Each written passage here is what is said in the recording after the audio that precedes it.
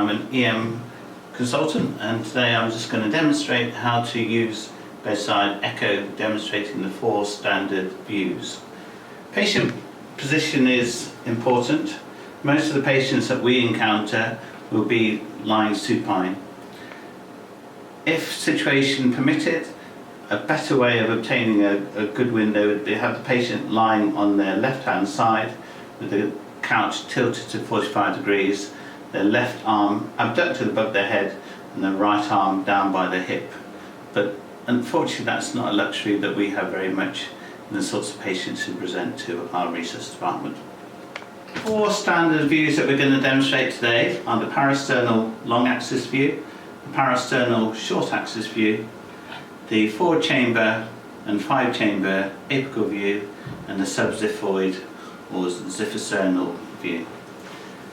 The first one I'm going to demonstrate is the parasternal long-axis view. So I'm going to take my cardiac probe, which is a small rectangular probe, a high-frequency probe.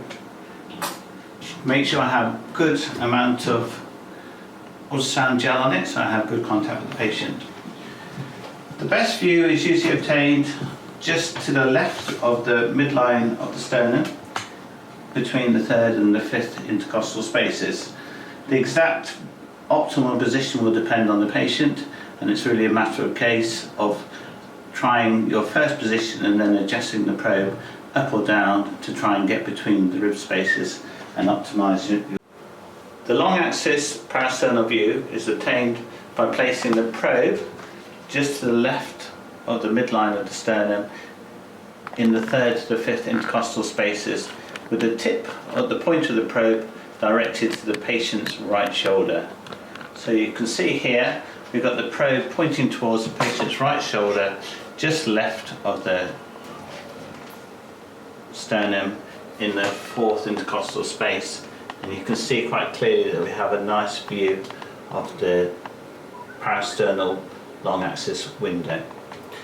If we then rotate the probe 45 degrees, so the tip of the probe is directed to the patient's left hand shoulder, you can see that we get the parasternal short axis view. If we then fan the probe up and down, we can obtain views of the aortic valve, the mitric valve, and then we can fan down through the left ventricle all the way to the apex. The apical 4-chamber view is obtained by placing the probe on the apex of the heart with the pointer again directed to the patient's left hand shoulder, and we then just reposition it till we get a good gap between the rib spaces, and quite clearly again we can see the 4 chambers of the heart, the left atrium, the left ventricle, the right atrium and the right ventricle. By fanning the probe up, we bring into view the aortic valves, which is the 5-chamber view. Final view is the subziphoid view. We obtain that by identifying the ziphosternum of the patient, placing the probe fairly flat against the patient with the pointer on the patient's left hand side. We are using the liver as an acoustic window, so the first structure that comes below the liver will be the right ventricle, with the left ventricle underneath that, and on the left of the screen will be the right and the left atrium. If we then rotate the probe in the midline but just slightly right to the ziphosternum, we can bring into view the IBC just as it enters into the right atrium, and we can gain an idea from the measurement of the IBC of the patient's filling status, whether they're euvolemic, hypovolemic, or overloaded or hypervolemic.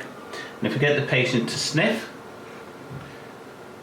we can see how the IBC collapses, and that gives us more information as to how well filled or underfilled this patient might be.